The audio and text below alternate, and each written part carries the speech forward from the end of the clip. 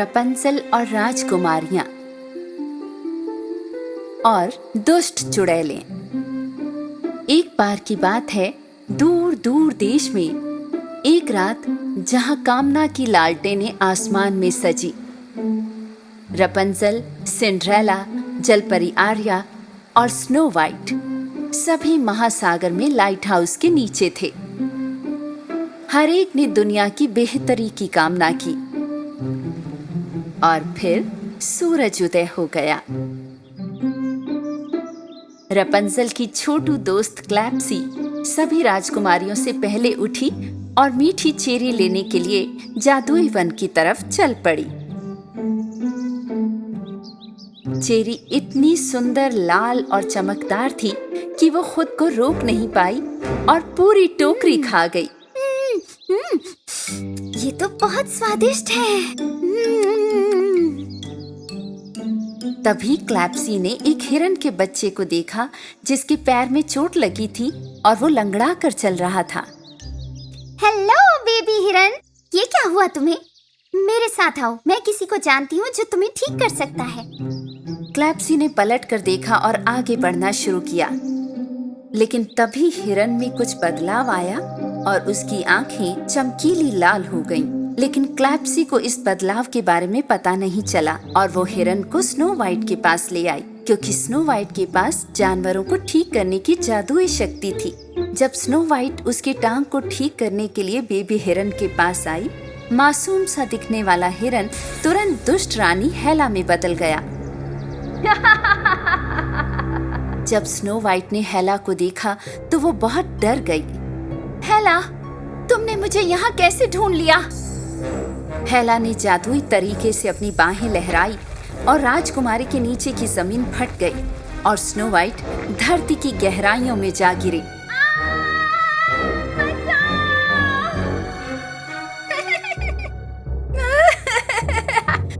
तुम सड़ोगी और बदसूरत बन जाओगी स्नो वाइट। इस दुनिया में कोई भी मेरे जितना सुंदर नहीं हो सकता। स्नो वाइट सीधे एक सुरंग में गिरी और एक काल कोठरी में कैद हो गई। लेकिन सबसे बढ़कर अन्य राजकुमारियों ने स्नो वाइट के लापता होने पर ध्यान दिया और वे सभी उसकी तलाश में निकल पड़ी। स्नो वाइट, तुम कहाँ हो? सिंड्रेला उस जगह पर घूम रही थी जहां से स्नो वाइट गायब हुई थी। वो कुछ और कदम आगे बढ़ी ही थी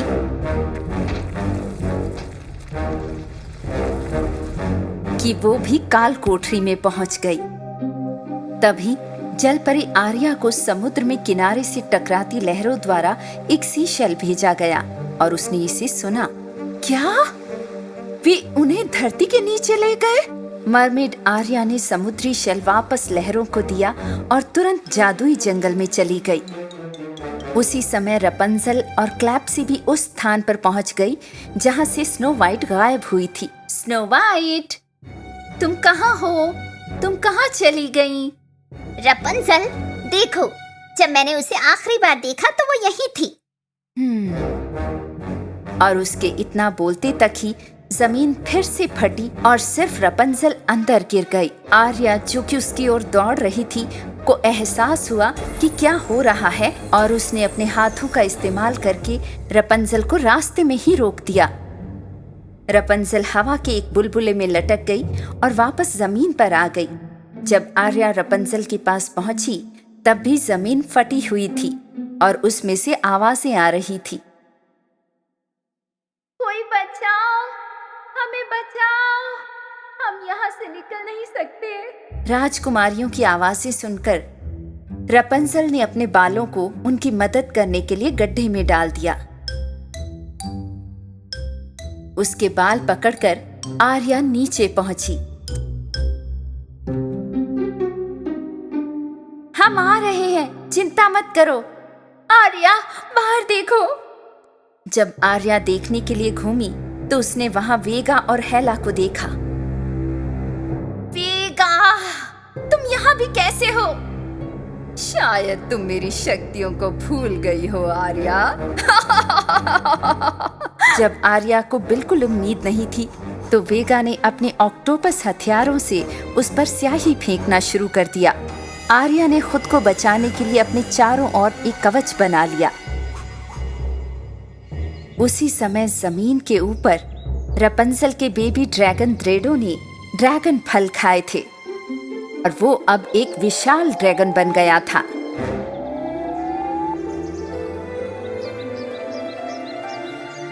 ये देखते ही रपंजल समझ गई कि द्रेडो ने बहुत शक्ति प्राप्त कर ली है।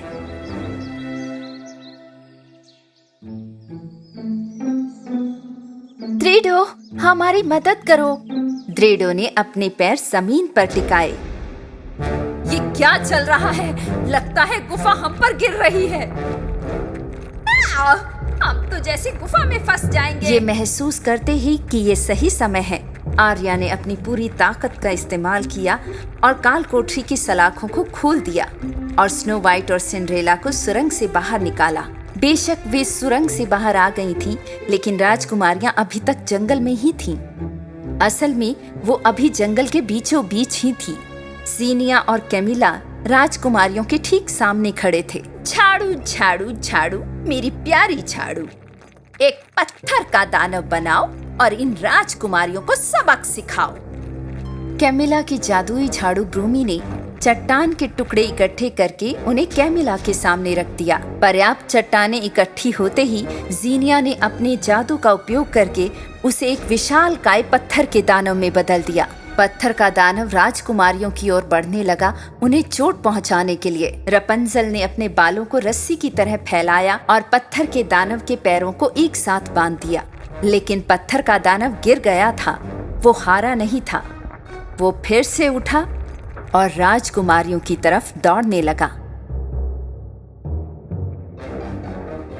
मैं उसे नहीं रोक सकती। जलपरी आर्या ने अपनी शक्ति का उपयोग कर पत्थर के आदमी को हवा में दूसरी दिशा में भेजने की कोशिश की, लेकिन वो ना कर सकी।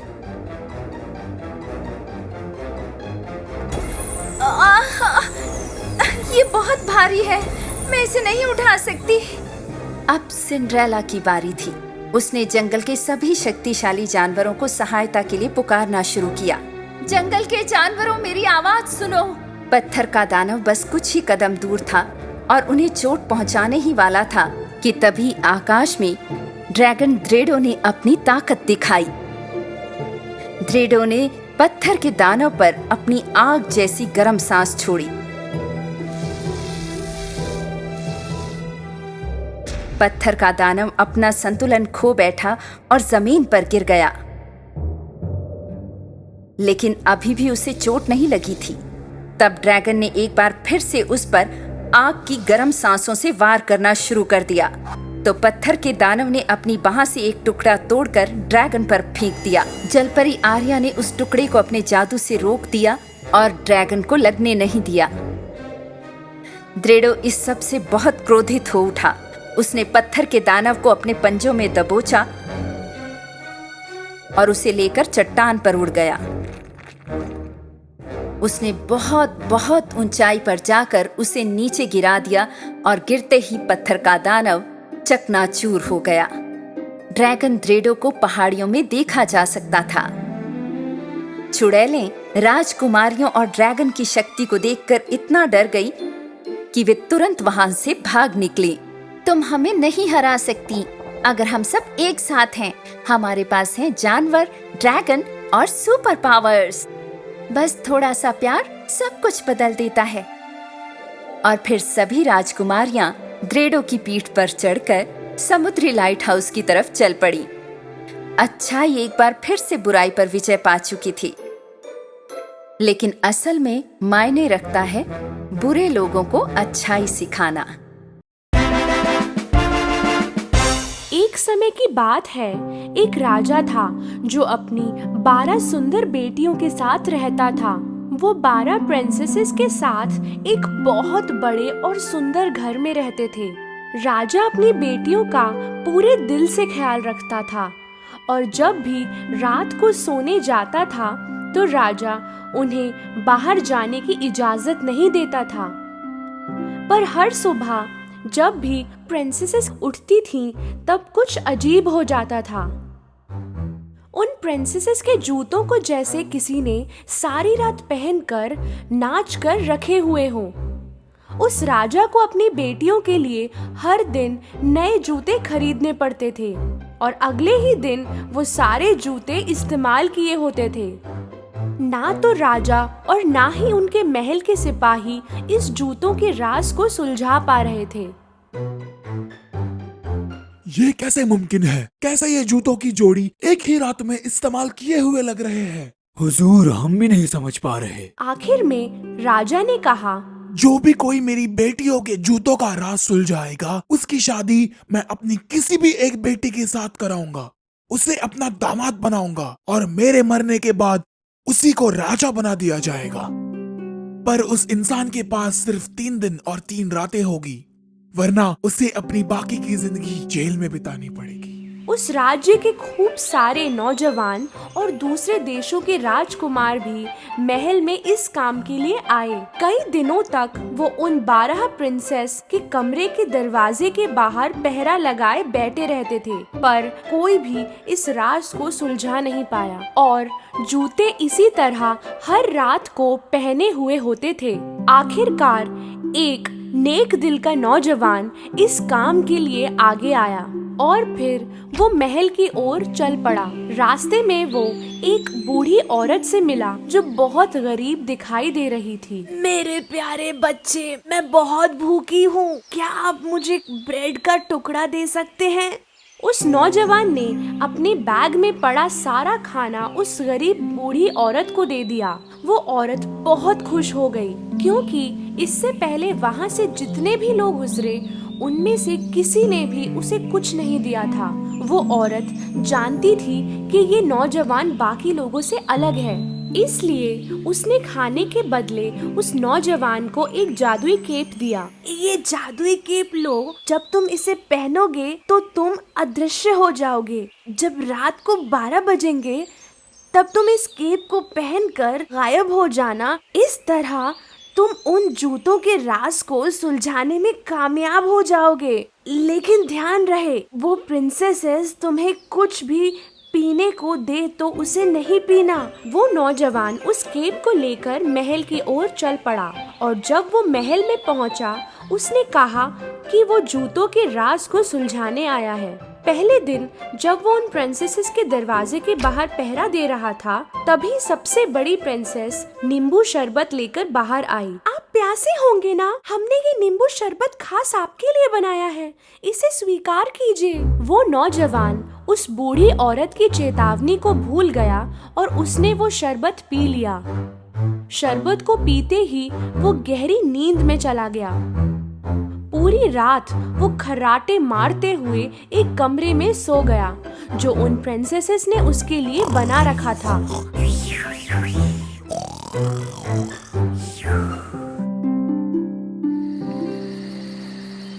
जब सुबह हुई तो वो नौजवान डरकर खड़ा हो गया। मुझे तो जादुई केप पहनकर प्रिंसेस के कमरे में जाना था। दूसरी रात वो फिर से प्रिंसेसेस के कमरे के बाहर पहरा दे रहा था। इस बार दूसरी प्रिंसेस शरबत लेकर बाहर आई। उस नौजवान को पहरा देते देते काफी प्यास लग रही थी और वो रात का इंतजार कर रहा था। बिना सोचे उसने वो शरबत पी लिया और वो फिर से गहरी नींद में चला गया। अगली सुबह जब वो जागा तो उसे उस बूढ़ी औरत की बात याद आ गई। ध्यान रहे, वो प्रिंसेसेस तुम्हें कुछ भी पीने को दे तो उसे नहीं पीना। जरूर उस शरबत में प्रिंसेसेस ने नींद की दवाई मिलाई होगी। उसी वक्त राजा वहाँ पर पहुँचा। 2 दिन बीत गए और तुमने अभी तक उन जूतों के राज को नहीं सुलझाया। अगर आज रात तुम इसे नहीं सुलझा पाए तो अपनी बाकी की जिंदगी जेल में बिताना। राजा ये बात कहकर वहाँ से चला गया। उस नौजवान को आज किसी भी कीमत पर उस राज को सुलझाना था। उसी रात आखिरी बार वो फिर से प्रिंसेस के कमरे के बाहर पहरा देने लगा। इस बार सबसे छोटी प्रिंसेस संतरे का शरबत लेकर बाहर आई, पर इस बार वो नौजवान चौकन्ना था। जब प्रिंसेस वहां से चली गई, उसने उस शरबत को गमले में फेंक दिया। आधी रात हो गई थी। उस नौजवान ने जादुई केप पहना और गायब हो गया। धीरे से उसने प्रिंसेसेस के कमरे का दरवाजा खोला और उसने जो देखा वो देखकर हैरान हो गया। सारी प्रिंसेसेस ने अपने सबसे खूबसूरत बॉल गाउन्स पहनकर नए शूज पहने हुए थे। चलो देखते हैं कि वो नौजवान सो गया कि नहीं। एक प्रिंसेस ने दरवाजा खोलकर बाहर झांका और दूसरी ने दीवार पर अपने कान लगाए। तभी उस नौजवान को ख्याल आया कि उसे खर्राटों की आवाज करनी होगी।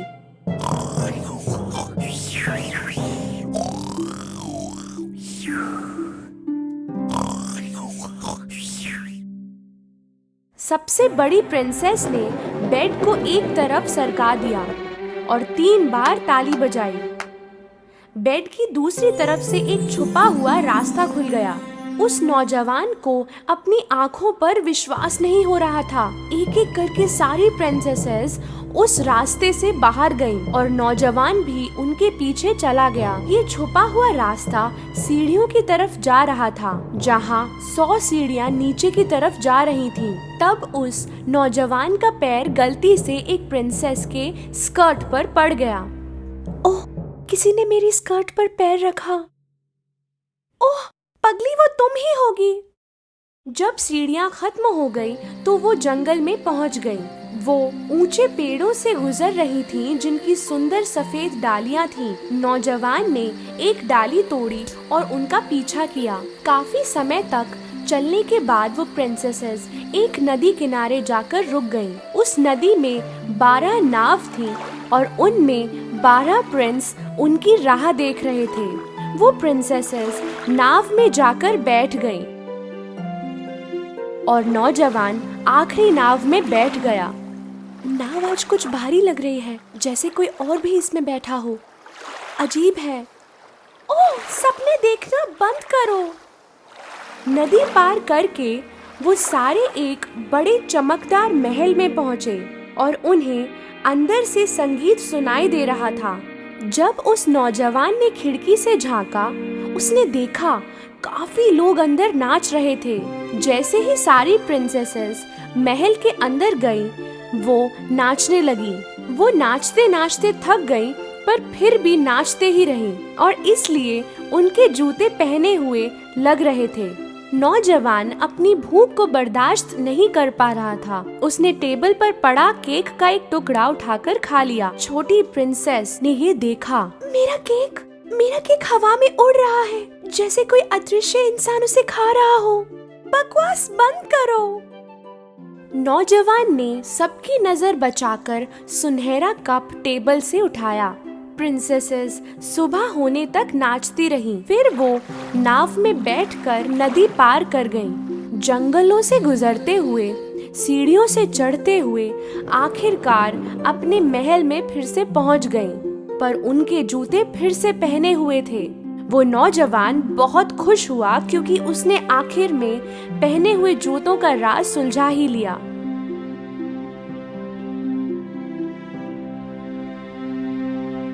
कुछ देर बाद राजा उस नौजवान के पास गया। तुम्हारा वक्त आज खत्म हो गया। क्या तुम इस राज को जान पाए? जी हाँ हुजूर, मुझे पता चल गया। और फिर उसने राजा को सारी हकीकत बताई। राजा ने पहले उसकी बातों पर विश्वास नहीं किया, पर जब नौजवान ने राजा को सफेद डाली और सुनहरा कप दिखाया तो राजा को यकीन हो गया और फिर राजा ने अपना वचन निभाते हुए उस नौजवान को अपने पसंद की प्रिंसेस चुनकर उससे शादी करने की इजाजत दे दी। नौजवान ने कहा कि उसे सबसे छोटी प्रिंसेस से शादी करनी है। वो 12 प्रिंसेसेस खुश नहीं थी क्योंकि उनका राज अब सबको पता चल गया था, पर वो नौजवान और छोटी प्रिंसेस शादी करके हंसी खुशी अपनी जिंदगी गुजारने लगे।